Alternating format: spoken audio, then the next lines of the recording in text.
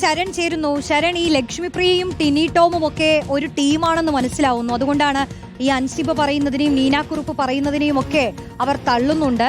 തിരിച്ച് അൻസിബയ്ക്കെതിരെയാണ് ഈ ലക്ഷ്മി പ്രിയ പല ആരോപണങ്ങളും ഉന്നയിക്കുന്നത്. ഇതിപ്പോ എങ്ങോട്ടാണ് പോകുന്നത്? ഈ ഒരു സംഘടന പലതരത്തിലുള്ള പ്രശ്നങ്ങളാണല്ലോ അതിനകത്ത് നടക്കുന്നത്. ഇവർ നിരന്തരമായി പറഞ്ഞുകൊണ്ടിരുന്നത് പാവപ്പെട്ട കുറച്ച് കലാകാരന്മാർക്ക് വേണ്ടി പണം ചെലവാക്കുന്നതിനായി പ്രവർത്തിക്കുന്നു, ചില ചാരിറ്റി പ്രവർത്തനങ്ങളൊക്കെ നടത്തുന്നു എന്നുള്ളതൊക്കെയാണ്. ഇതങ്ങ് മാറ്റി നിർത്തിക്കഴിഞ്ഞാൽ ഇതുതന്നെയും കൃത്യമായി നടക്കുന്നുണ്ടോ നമുക്കറിയില്ല. അതല്ല ഇപ്പൊ നമ്മുടെ വിഷയം. പക്ഷേ എന്തൊക്കെയാണ് ഈ സംഘടനയ്ക്കകത്ത് നടക്കുന്നത്?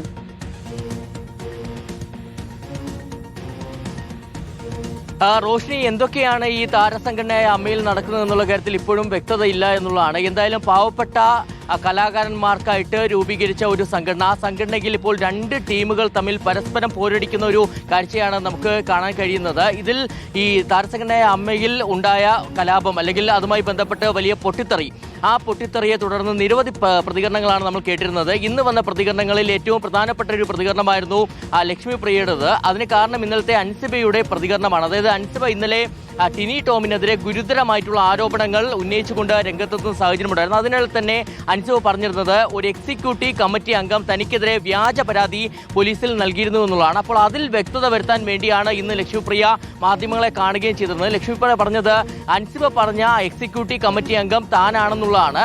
താൻ ഇത്തരത്തിലൊരു പരാതി പോലീസിൽ നൽകിയത് FIR ഇടുക എന്ന ലക്ഷ്യത്തോടു കൂടിയല്ല, മറ്റ് ചില കാര്യങ്ങളിൽ വ്യക്തത വരുത്തുക മാത്രമായിരുന്നു ഉദ്ദേശമെന്നുള്ളതാണ്. അതായത് കഴിഞ്ഞ ഡിസംബർ 10-ാം തീയതി അൻസിബയുടെ മൊബൈൽ ഫോണിൽ നിന്ന് തനിക്കൊരു സന്ദേശം വരുന്നു, ഒരു മെസ്സേജ് വരുന്നു. അങ്ങനെ ആ മെസ്സേജ് വന്നതിനെ തുടർന്ന് തന്റെ കുടുംബജീവിതത്തിൽ കുറേയേറെ പ്രശ്നങ്ങൾ ഉണ്ടാക്കുന്നു. അപ്പോൾ അതിൽ ചില കാര്യങ്ങളിൽ വ്യക്തത വരുത്താൻ വേണ്ടി മാത്രമാണ് താൻ പോലീസിൽ പരാതി നൽകിയെന്നുള്ളതാണ് ലക്ഷ്മിപ്രിയ പറയുന്നത്. അതിനപ്പുറം ഈ അൻസിബയെ അധിക്ഷേപിക്കുക എന്നുള്ളൊരു ലക്ഷ്യം ഇല്ലായിരുന്നുള്ളത് കൂടിയാണ്. ഒപ്പം തന്നെ മറ്റൊരു പ്രധാനപ്പെട്ട കാര്യം, നേരത്തെ ഈ ക്ഷേത്രത്തിൽ നിന്നുള്ള സ്പോൺസർഷിപ്പ് സംബന്ധിച്ചുള്ള ചർച്ചകൾ അമ്മയിൽ സജീവമായിരുന്നു. ആ ഒരു സമയത്ത് അൻസിബ മാത്രമല്ല ഇതിനെ എതിർത്തത്, താൻ അടക്കമുള്ള നിരവധി പേർ എതിർത്തു എന്നുള്ള കാര്യം കൂടിയാണ് ലക്ഷ്മിപ്രിയ പറയുകയും ചെയ്യുന്നത്. ഇതോടൊപ്പം തന്നെ നമുക്ക് മനസ്സിലാക്കാൻ കഴിയുന്നത്, ഈ ലക്ഷ്മിപ്രിയയുടെ പ്രതികരണത്തിലൂടെ നമുക്ക് മനസ്സിലാക്കാൻ കഴിയുന്നത്, ലക്ഷ്മിപ്രിയ ഒരേ സമയം ടിനി ടോമിനെ സംരക്ഷിച്ചും ഒപ്പം തന്നെ അൻസിബയെ എതിർത്തുമുള്ളൊരു പ്രതികരണമാണെന്നുള്ളതാണ്.